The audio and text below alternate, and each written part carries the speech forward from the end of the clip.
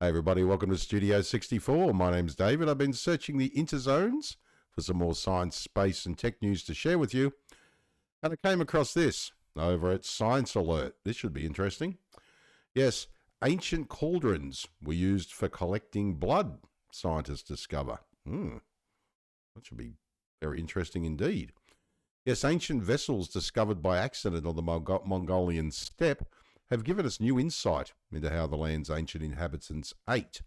Now, archaeologists have scraped cake residue from the insides of two Bronze Age cauldrons dating back 2,750 years, revealing that the vessels were once used for collecting blood of ruminants, such as sheep and goats, as well as the milk of wild yaks, Bos mutus. Yes, and as usual, I'll leave the link to the main article below the video, so you can pop in, right? Check out these embedded links. Go for a bit of a deeper dive if you want beyond the main article. It makes for a very interesting read, believe me. Well, what did they do with the blood, you ask? Well, we can't know for certain, but it was likely used for dietary purposes, such as production of blood sausage, similar to the sausage-making techniques still used in rural Mongolia today. The discovery extends further backward in time, not just the collection and consumption of blood in region, but the earliest evidence of wild yaks in central Mongolia to date. As I say, not a scientist myself. I just love all this sort of stuff, archaeology and all that sort of thing. Any archaeologists out there, please feel free to comment below. Love to hear from you. Our analysis underscores the remarkable preservative properties of bronze materials, serving as custodians for the conservation of proteins and other organic molecules, says biomolecular archaeologist Siobhan Wilken, of the University of Basel in Switzerland. Now, these revelations provide a glimpse into the gastronomic traditions and dietary preferences of Bronze Age nomads, shedding light on the diverse culinary methodologies practiced by ancient civilizations. And here we have the two cauldrons alongside drawings of them. The larger has an A and B. The larger has a diameter of 36 centimetres or 14 inches. The smaller, C and D, has a diameter of 28.5 centimetres. There you go. Fascinating. Yeah, I think this is great. I love this stuff. Now, the two cauldrons were discovered in a serendipitous way, or happy accident. Unless archaeological sites across the Mongolian steppe are accompanied by a burial mound, it's almost impossible to know that one is there. In this case, two herders in the Kovskol province unexpectedly stumbled across the site while working on a fence for a horse corral. That's really interesting. It's amazing how things happen by accident. I love that sort of stuff. Just something you weren't prepared for, and bang, incredible.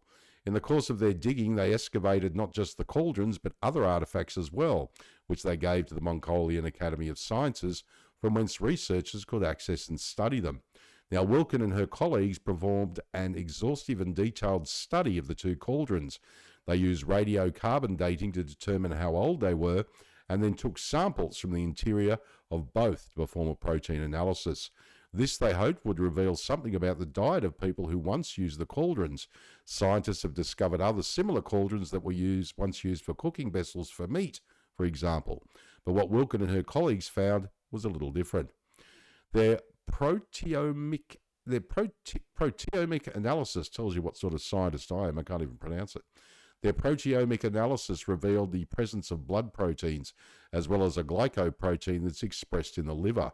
These proteins were then classified as originating in ruminants, animals such as goats and Barbary sheep, Ammotragus lervia. Now, as I say, I'm just a student of all sciences, just a fan of all science. I love it.